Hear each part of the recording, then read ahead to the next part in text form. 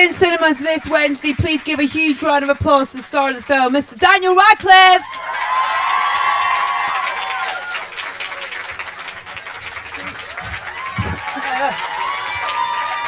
Hello, thank you very much. Cheers. Hi.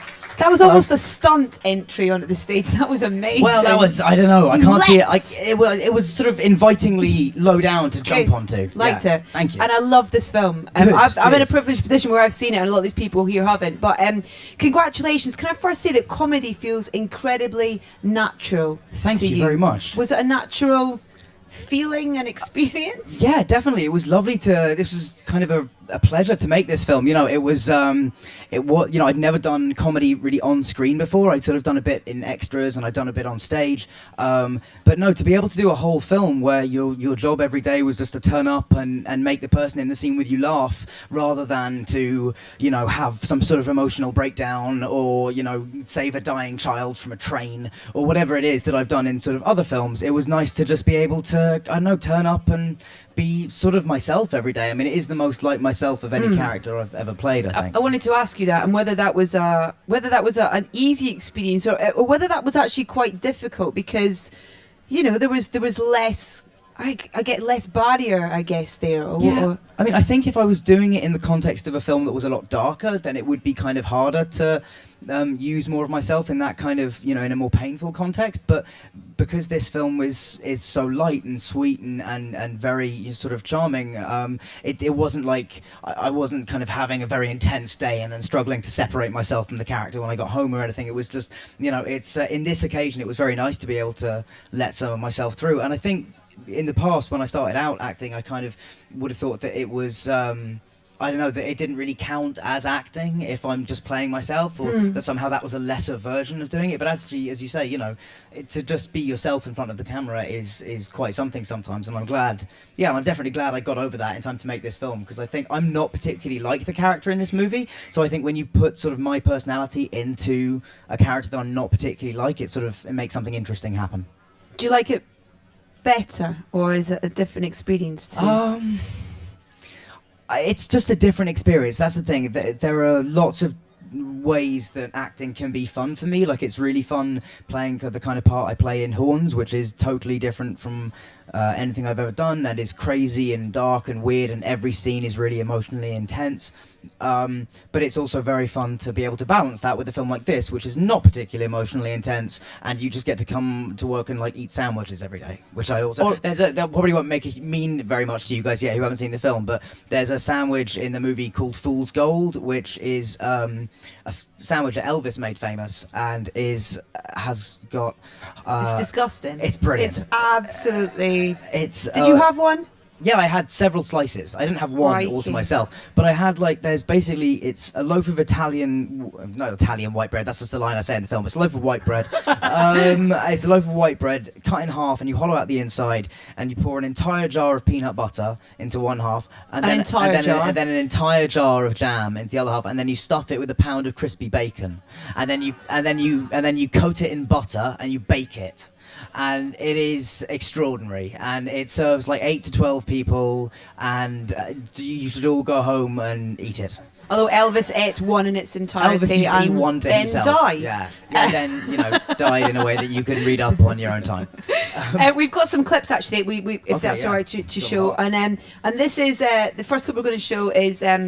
I love these things. I have them at home. The fridge word things where you fridge. And this is kind of the first time that you guys have met, not the initial first time, but at the first party that you guys, that Chandra and Wallace meet. So let's have a look at this clip first. Let's see. Everyone's got a friend like Adam, haven't they? You need a friend like Alan, Adam Driver's character. That was. I'm trying to remember if swearing has been cut out of that, or thank you, I love you too, which probably see other people. But yes. Now you put him off. Come Sorry, on. no, I wasn't saying anything particularly interesting anyway. Yeah, sorry. So fridge magnets. No, yeah, well, yeah, we were talking about, but we were talking about the character of Alan, because I think everyone has a friend like him. I mean, I kind of envisaged Wallace and Alan are the kind of friends that they were roommates at college, and that's the only way they ever could have been friends. Like, if they'd met at a later date, they would have hated each other, and they're the type of friends you have to have known for all your life, and kind of the type of friend that there was some time you spent with them was sort of mandatory, like you couldn't get out of it, but eventually you ended up liking each other more than you thought you would. I think that's kind of my and Adam Driver's character's relationship. But yeah, he needs somebody like Alan to just like pull him out of himself more. And then there's a different friendship which develops the film. I watched an interview that you done, and you kind of described the film as almost, you know, in rom-coms where there's that section of the film that's like a montage of people getting to know each other, and you're like, well, that's our film. Yeah, it is, totally. I mean, I think that's, in romantic comedies, there is the people meet, like the scene you just saw, and then there's always like some clips of them strolling in the park and feeding ducks and listening to music or whatever it is. Coldplay in the background. You know, yeah, to some kind of romantic music or and I feel like our film is the expanded version of that montage, and the reason they always do it in a montage is because it's hard to write the moments where people fall in love with each other, and the moments that they if you were going to show moments of connection and the reasons why people fall in love with each other and why they're right for each other, that's very hard to write that without sort of hitting you over the head with it. And that's what I think our film does brilliantly, and why it's really fun to watch is it's those first few moments of falling in love with somebody and flirting with somebody, and how fun that is. And, you know, that's everyone, I think, can sort of relive it through this movie. And this particular scene as well, which I'm sure most ladies in the crowd have gone through this very experience. I know I have. Oh, yeah. It's the most uncomfortable and frustrating. I didn't realise this was a thing that really happens to girls. Apparently it happens a lot. Really happens. Yeah. A lot. Have a look at this.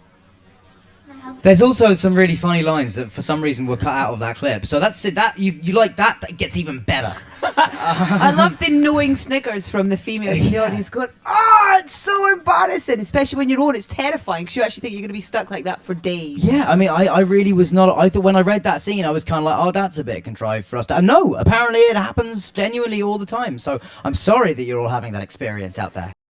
I want to talk about the script and about if there was much improvising, but we'll do that after we see the final clip that we're going to see. Oh, more clips. Good. Last one. You're really on his side from the start, though, Wallace. You really kind of you want things to turn out for him from the start. Yeah, I mean, I think Wallace and Chantry, they're both characters that you root for, and that was one of the things that read the script was when I read the script that sort of leapt out at you with the characters, because it's quite a traditional story in terms of the rom-coms. We've sort of seen boy meets girl has a boyfriend, and that's sort of the obstacle that you have to overcome throughout the movie. And we've seen that idea before, but I think what makes this film kind of fresh and interesting is the characters, and the way, what made it fun to read was the dialogue and the relationships between all the characters. So hopefully, I think we've been able to do what was in the script and even add more to that in terms of those relationships, and Adam Driver's improvising is amazing, and what he brings to that character is even more than was on the page, and it was already an exciting character. So yeah, I'm hoping that people kind of enjoy that about it. The chemistry between not just myself and Zoe, but also me and Adam and Mackenzie and Zoe and Megan, who plays her sister. They're like real life sisters. Megan has my favourite line in the entire movie, actually, which is right at the end when it's not ruining too much, and the delivery's still funny enough that you'll laugh again, when she says, as everyone's leaving Zoe at the end, and she's about to go off on a trip, and these girls, all her friends are there, and they're all sort of saying their goodbyes, and Michael Dow's our director just told them to improvise kind of goodbyes, and all the other girls were saying, I'm going to Skype you, I can't wait to Skype you, and Megan just goes, I'm never going to Skype you. and it's in the film. It's the funniest line. How much was improvised? Were you given a bit of, was it a case of do it as it's done in the script and then have a bit of fun with it, or how did it work with the director? Yeah, absolutely. I mean, we do it sort of 3 or 4 times through, just exactly as it was on the page, and then start improvising after that. But yeah, and what was good as well, we had the writer there on set with us the whole time, so you could sort of refer to him and ask him about stuff if you were unsure of it, which is nice because it's obviously his script. So to be particularly the first diner scene when we're together and we start where we initially talk about Elvis in the movie and the way in which he died, and that sort of comes up, and then we started, Michael Dowse, the director, just started saying like, okay, bring up more dead famous people, and just started like improvising about that, and there's more comedy to be mined out of that than you would have thought. So yeah. Dead people over dinner. There we go. There's a TV show in that. Definitely. We're going to get to you guys' questions in just a second. So please do that thing of get straight in with your questions. Don't leave it to the last minute. 'Cause it's always the thing where you go last question and everyone puts their hand up. But in terms of choosing what you do in terms of projects, you've done a real variety of things, especially kind of post Potter. Yeah. And I wanted to ask you if that was kind of deliberate to try and push yourself to different spectrums of an actor and really extreme characters and then this choice as well. Yeah, I mean, I think I just want to keep it as varied as I possibly can. I mean, I don't think there's ever going to be one film that, in people's minds finally sort of separates me from Harry. I don't think I ever will be separated from Harry, and I don't want to be. It was an incredibly important part of my life and something I still love and I'm very proud of. But I think this film, like Kill Your Darlings was and like The Woman in Black was, is just another step in showing people that I am interested in doing other things and that I'm just going to be sort of popping up as an actor now, doing jobs kind of, away from the world you might have seen me in the past. So yeah, I think this is part of it. And what was it about this particular project that really made you go, yeah, I want to do this? Well, one of the things was that I'd never played a modern character, and that was starting to weigh a little bit on my mind, just the fact that all the things, I mean, obviously Harry is kind of modern, but it's in its own world, so it doesn't really feel part of this reality. And other than that, I've played people in the 1800s and the 1940s and the 1910s, and just like never really played a modern human being. So that was very attractive. The dialogue and the chance to do a comedy was really something that I'd wanted to do, because I am very aware that I've made a lot of very dark films since Potter, and it's not necessarily that's a choice. It's just that's the kind of stuff I gravitate towards. So it was nice to find something that was light and you felt would make people happy, that I also was as enthused and passionate about as I normally am. In terms of kind of research for this film, it doesn't feel like there was much to be done. To do, really. I mean, watch a few really good rom-coms. That was what I was going to ask you. Were there any kind of male comedy characters or actors that you admire and that you like the tone and you like the timing that they have and that have kind of... Yeah, I mean, there's loads. I don't know the people that I watched for this movie. I mean... A little bit Dudley Moore in Arthur, I love him in that movie, and that is a romantic comedy. And Dudley Moore and Peter Cook were some of the people I grew up watching a lot of, as well as Morecambe and Wise, obviously, and stuff like more modern things like Steve Coogan and Amadou Iannucci shows and Chris Morris and In the Thick of It and obviously The Office and stuff like that. That's where I feel like I kind of that's all the comedy that I grew up watching, as well as like Yes Minister and Fawlty Towers. Those were kind of big staples as well. So I guess I get any comedy I get is sort of from those things rather than from sort of the classic rom-coms. So it's And the chemistry between you and Zoe is it just feels so natural. Thank you. It's just it's uncomfortable, because it's supposed to be, and it's kind of neither of you really quite know what it is, and neither of you quite know where the line is as well. I think that's one of the things about those relationships, is when you're friends with someone and you're attracted to them and have a inkling that they might feel the same about you. You get to the point of when you're hanging out all the time of just going like, are we a couple? Like, at what point do we become a couple? It's that. So I think that's what they're dealing with in this film.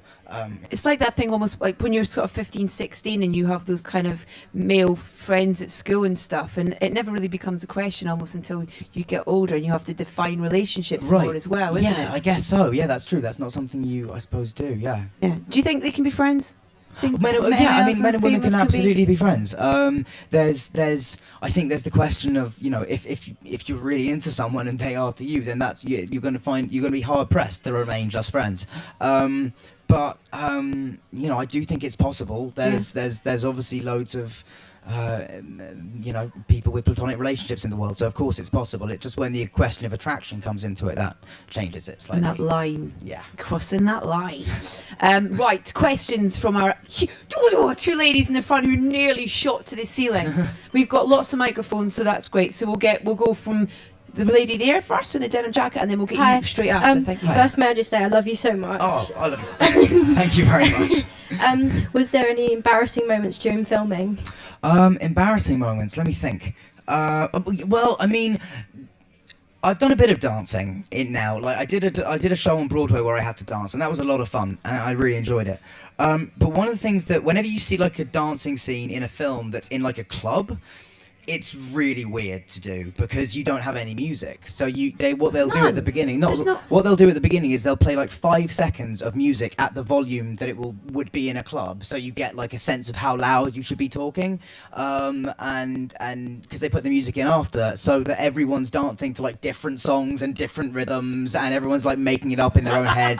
So it's a room full of people. Imagine like a silent disco with no headphones. Just so cruel. It was like that. So that was the closest I came to embarrassment, and you can see it on my face pretty much. It's always a thing as well. It's like dancing's kind of making an impression on someone as well. Because you kind of, if you go dance with someone, you go, oh, I hope I'm really good. Oh, man, I hope I'm really good. Yeah, and I definitely am not in this film. This is some bad dance guy doing this movie. Lady next to you, if you'd like to pass the mic to her, that'd be great. Thank you. Hi. Hi. I have kind of a 2-part question. Okay. My first part is, It's the microphone so we can hear. Sorry, yeah, you're obviously like an advocate for feminism, and I was thinking that in the future, when you direct/produce a film, are you intending on incorporating a lot more female talent in the film, and female producers, other like a direct female actors? Yeah. Well, I mean, definitely female actors. I mean, I think there's my problem with the film industry more than there being a lack of. Because like the women in the film industry, that is something that is growing, and that is different even now than when I started in film. Like there are more female ADs and camera technicians, and working in the sort of, because traditionally there are the costume department and the hair and makeup department, and all script supervisors in my experience are always female. I don't know why that is, but maybe I've never known a man do that job. But it's like it's the job that runs the set, so it's like an incredibly important thing.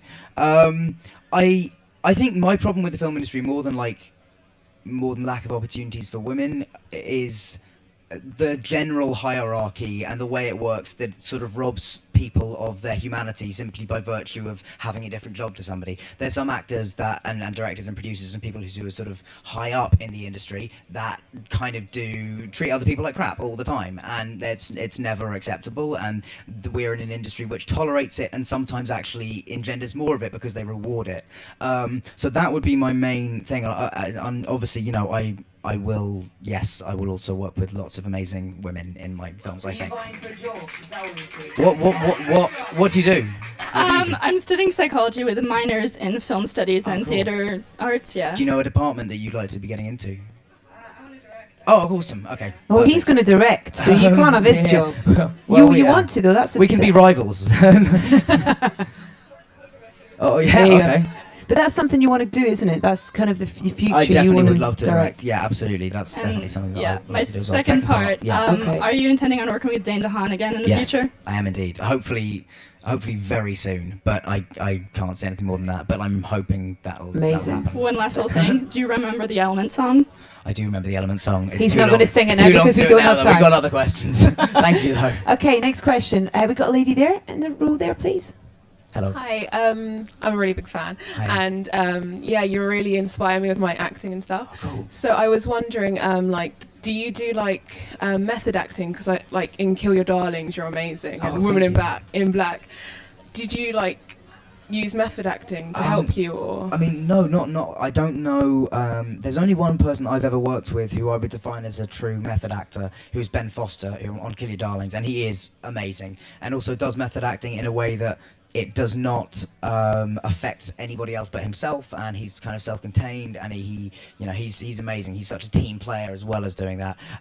What I do is really, I think, probably very much basic compared to that, but is I just work out what the character wants in the script overall as a whole, sort of as if you could find one thing that defines who this character is in this script, what is it that they're looking for? So I sort of try and figure that out, and then going through each scene, figuring out what do they want out of every scene, what is the objective in every scene, and then next to every line just going, so putting a verb next to every line, so what effect are you trying to have on the other person? Are you trying to shame them or make them feel guilty or make them, whatever it is, and I sort of just go through every line like that, and I find if you know those things and you keep all those things with you, your performance will have a lot of variety naturally, but also you'll never kind of lose your place. You'll never be like, oh, what's he doing in this scene? What am I feeling really in this scene? It's sort of a very good way of breaking it down. And I only realised that like Kill Your Darlings was the first time I ever used that because the director told me about it and no one ever told me about it before, so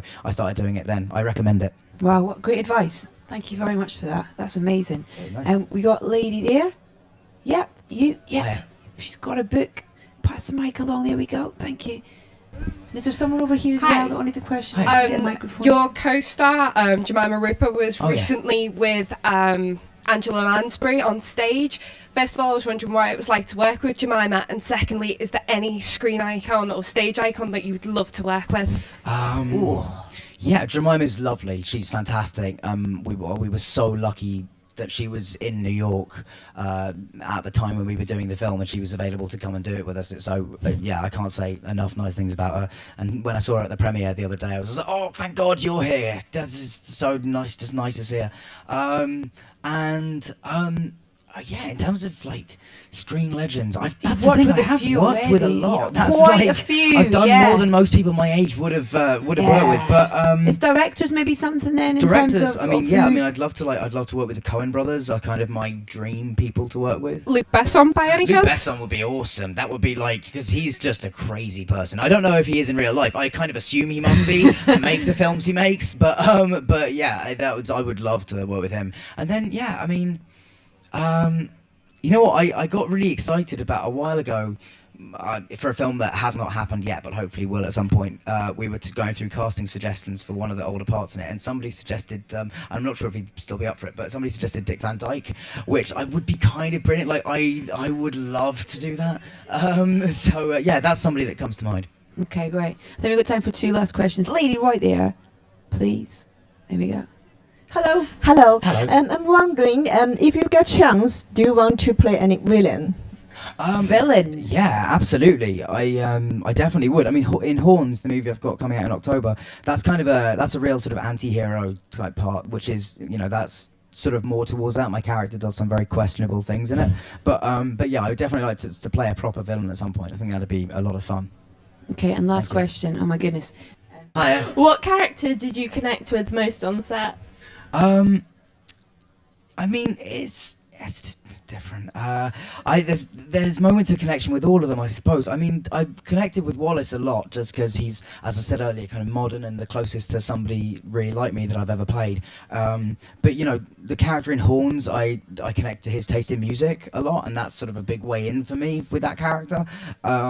So I think I kind of connect with all of them. I think if I was to define it, like, I would be sort of a mixture of my character in this movie, Wallace, Harry, and Ig from Horns. I just want to say thank you and sorry to the person that is signing everything I say, because I talk so fast.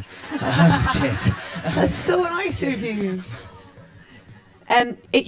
What I love when you talk about what you do is just how excited you are about the future as well. And we've got this now, we've got Horns as well, and then we've got Frankenstein as well. Frankenstein next year, which is myself and James McAvoy. That's fun. That's a nice. I'm not quite sure what you described that sound as, but it was quite nice, wasn't it? It was good. It's like a wave of lady. It was a building tingle. But I love how excited you are about the future and about these roles and about. Well, that's the thing. I mean, like, I do really think like I have the best job in the world, and I think I'm probably said to you before, like, film is the culmination of the most diverse. Like, there are so many different disciplines all working together on a film set to come and make the one thing happen, and it's a thing of total beauty to me, and it always has been since I was a kid, and yeah, so I am passionate about it because I want to do it for the rest of my life. So Do some more comedy as well, because you're great at it. Thank you very much. I'll Brilliant. try. Thank you so much for Thank coming, you so everyone. much, I'm sorry we everybody. couldn't get to This was everyone's really brilliant. questions. Thank you. What If is in cinemas from Wednesday. Thank you so much for coming out this afternoon. Daniel Radcliffe.